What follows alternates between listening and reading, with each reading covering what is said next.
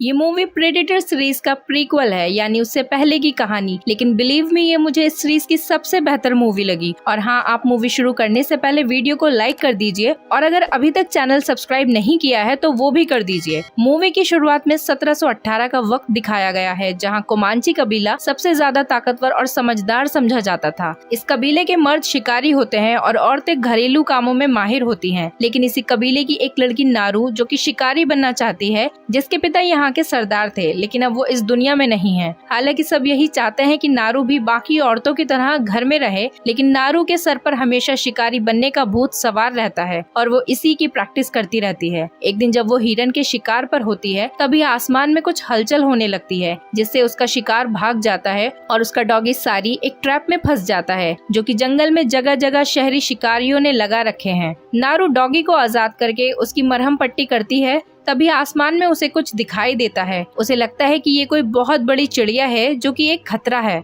वो इसकी खबर अपने भाई ताबे को देती है। ताबे कहता है कि ये तुम्हारा वहम है और अगर तुम वाकई शिकारी बनना चाहती हो तो तुम्हें अपने सबसे बड़े डर का शिकार करना होगा। इसके बाद ये लोग कबीले वापस आ जाते हैं, जबकि जंगल में कहीं दूर वही बिजली दोबारा चमकती है और एक एलियन को धरती पर छोड़ जाती है। अगली सुबह कबीले में खबर फैलती है कि आदमखोर शेर लोगों को मार रहा है और ये लोग उसके शिकार पर निकल जाते हैं। लेकिन इस बार नारू भी किसी तरह इनके साथ जाती है। वो कहती है कि मैं घायलों की दवा करने के काम आऊंगी। वहीं वो एलियन जंगली जानवरों को बेरहमी से मार रहा है। इधर इन लोगों को एक आदमी मिलता है जो बहुत घायल है। अब नारू उसकी पट्टी करती है और उसे दवा खिलाकर कबीले वापस भेज देती है और खुद बाकी लोगों के साथ आगे बढ़ जाती है। रास्ते में उसे अजीब से निशान मिलते हैं, लेकिन कोई उसकी बात को सीरियस नहीं लेता है। सब कहते हैं कि ये भालू के पैर के निशान हैं। इसी रात ये लोग शेर की गुफा के बाहर घात लगाते हैं और कुछ देर में शेर इन पर हमला कर देता है और इस लड़ाई के दौरान नारू को फिर से आसमान में बिजली दिखती है और इसी बीच वो घायल होकर बेहोश हो जाती है। जब उसे होश आता है तब वो कबीले में होती है। उसे पता चलता है कि उसके भाई ताबे ने शेर को मार दिया है और अब सब लोग मिलकर ताबे को सरदार बना देते हैं। लेकिन नारू वहाँ से जाने लगती है। ताबे के पूछने पर वो बताती है कि तुम लोग मेरी बात को सीरियस क्यों नहीं लेते। जंगल में सचमुच कुछ बहुत खतरनाक हो रहा है और हमें उसे ढूंढना ही होगा। लेकिन ताबे उसकी बात पर ध्यान नहीं देता। अगली सुबह नारू खुद ही उस बिजली को ढूंढने का फैसला करती है और अपने डॉगी सारी को लेकर जंगल की तरफ बढ़ जाती है। रास्ते में ये अपनी प्रैक्टिस भी करती रहती है और इसे काफी सारे सुराग भी मिलते हैं, जबकि दूसरी तरफ वो एलियन जानवरों का शिकार कर रहा है। दरअसल वो सिर्फ उन्हीं का शिकार करता है जो किसी दूसरे पर अटैक कर रहे हों या फिर उनके पास हथियार हों। इसी तरह ये दिन गुजर जाता है और रात में नारू एक जगह कैंप लगाकर सो जाती है। अगली सुबह नारू को एक बहुत बड़े मैदान में जानवरों के शव मिलते हैं जिनकी खालें नहीं होती। नारू उनकी आत्मा के लिए दुआ करके वहाँ से आगे बढ़ जाती है, लेकिन गलती से ये एक दलदली मिट्टी में पहुँच जाती है। इसकी बाहर निकलने की हर कोशिश नाकाम रहती है और ये धीरे धीरे दलदल में धंसने लगती है। वहीं उस एलियन को नारू की स्मेल मिल जाती है और वो भी इसके पीछे आने लगता है, जबकि दलदल में फंसी नारू अपनी कुल्हाड़ी को पेड़ में फंसाने में कामयाब हो जाती है और इसकी मदद से ये दलदल से बाहर निकल आती है। अब जब ये नदी किनारे अपने आप को साफ कर रही होती है तभी इसे भालू दिखता है जो किसी अजीब सी चीज से परेशान होता है। नारू जैसे ही उसका निशाना लेती है, इसका कमान टूट जाता है और वो भालू इसकी तरफ आने लगता है, लेकिन इसका डॉगी उसे अपने पीछे लगा लेता है। अब जब ये दोनों उस भालू से बच रहे होते हैं तभी वो एलियन भालू से भिड़ जाता है। नारू देखती है कि वो एलियन अदृश्य रूप में है, यानी कोई भी उसे नहीं देख सकता। अब इस लड़ाई में उसे भी चोट लगती है और उसका हरा खून बहने लगता है, लेकिन वो आखिरकार भालू को मार देता है। अब इससे पहले वो नारू की तरफ बढ़े, नारू नदी में कूदकर वहाँ से भागने लगती है और एक दूसरी जगह पहुँच जाती है जहाँ उसे उसके कबीले के लोग घेर लेते हैं, जिन्हें उसके भाई ताबे ने उसी की खोज में भेजा है। नारू उन्हें उस एलियन के बारे में बताती है, लेकिन कोई उसकी बात नहीं सुनता और जबरदस्ती उसे अपने साथ ले जाने के लिए पकड़ लेते हैं। लेकिन वो एलियन इनके हथियार डिटेक्ट कर लेता है और इन सबको भी लगता है कि यहाँ कोई है और ये लोग मोर्चा लगा लेते हैं। लेकिन जंगली कबीले के लोग कितने भी माहिर ही सही, मगर उससे कैसे लड़ सकते हैं जो दिखाई ही न दे,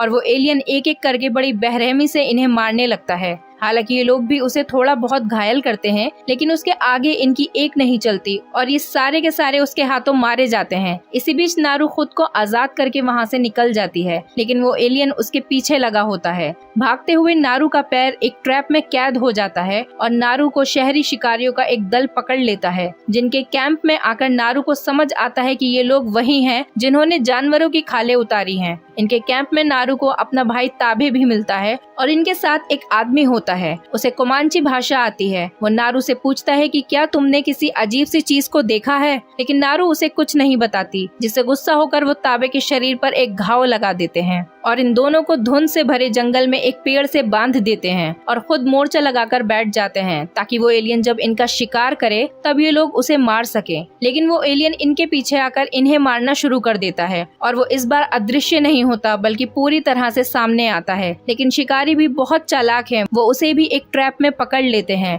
लेकिन वो एलियन बहुत ताकतवर होता है और इनके किसी भी जाल में नहीं फंसता और इन्हें बेरहमी के साथ मारने लगता है, जबकि नारू और ताबे किसी तरह खुद को आजाद कर लेते हैं। जिसके बाद ताबे घोड़ों के पीछे जाता है और नारू वापस से उनके कैंप जाती है जहां उसके हथियार रखे होते हैं। यहाँ दो शहरियों से उसकी लड़ाई हो जाती है, लेकिन नारू अब तक एक जांबाज शिकारी बन चुकी है और वो इन दोनों को धूल चटा देती है। अब जब वो अपने हथियार ले रही होती है तभी वो ट्रांसलेटर उसके पास आता है जिसकी एक टांग कट चुकी है। वो उससे हेल्प मांगता है और बदले में उसे गन चलाना सिखाता है। उसकी मरहम पट्टी करके और उससे गन चलाना सीखकर जैसे ही नारू वहाँ से हटती है वो एलियन फिर से आ जाता है। उसे देखकर वो आदमी मरने का नाटक करता है, लेकिन उस एलियन के पैर रखने से उसकी चीख निकल जाती है और वो उसे मार देता है। तभी सारी भौंकता हुआ उसकी तरफ आता है और वो एलियन अपनी लेजर से उस पर निशाना लगा लेता है और ये सब नारू छुपकर देख रही है। तभी ताबे वहाँ आ जाता है और उस पर ताबड़तोड़ हमले शुरू कर देता है। ताबे एक माहिर शिकारी है और उसकी फुर्ती के सामने वो एलियन कंफ्यूज हो जाता है और खुद को वापस से अदृश्य कर लेता है। अब ये लोग उसे देख नहीं पाते। ताबे नारू से कहता है कि उसका निशाना मैं हूँ, तुम यहाँ से निकलो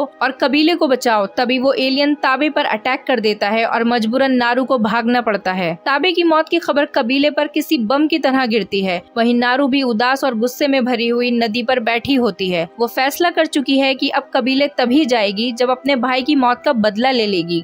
तभी उसे वही शिकारी दिखता है और वो उसे कैद कर लेती है। अब रात को वो उस शिकारी की टांग काटकर उसे एक जगह पर छोड़ देती है और उसके सामने एक गन डाल देती है। वो होश में आते ही गन उठा लेता है, लेकिन नारू जानती थी कि गन उठाते ही एलियन उस पर अटैक कर देगा और ऐसा ही होता है। एलियन उसे मार देता है, लेकिन तभी पीछे से नारू उस एलियन के सर पर गोली मारती है और उसका हेलमेट लेकर वहाँ से भाग जाती है, जिससे वो निशाना सेट करता है और हेलमेट ले जाकर दलदल के पास एक जगह लगा देती है। नारू ने रास्ते में खून से निशान भी छोड़े होते हैं, जिसके पीछे वो एलियन भी उस तक पहुंच जाता है। लेकिन यहाँ पहुंचते ही उसका स्वागत नारू हमले से करती है, जिसमें उसका डॉगी सारी भी उसकी मदद करता है। इसके बाद नारू उसे पीछे लगाकर अपने जाल में फंसा लेती है और उस एलियन का एक हाथ भी काट देती है, लेकिन वो नारू को अपने पंजे में जकड़ लेता है। लेकिन यहाँ भी नारू के पास एक प्लान होता है और वो उससे बच जाती है और इससे पहले वो एलियन कुछ समझ पाए वो उसे रस्सी में फंसाकर दलदल में गिरा देती है। अब एलियन के पास नारू पर गोली चलाने के अलावा कोई रास्ता नहीं होता, लेकिन नारू ने उसे उसी जगह गिराया था जहां से उसके हेलमेट का टारगेट वही एलियन हो। और जब वो एलियन गोली चलाता है तब वो गोली घूमकर उसी के आ लगती है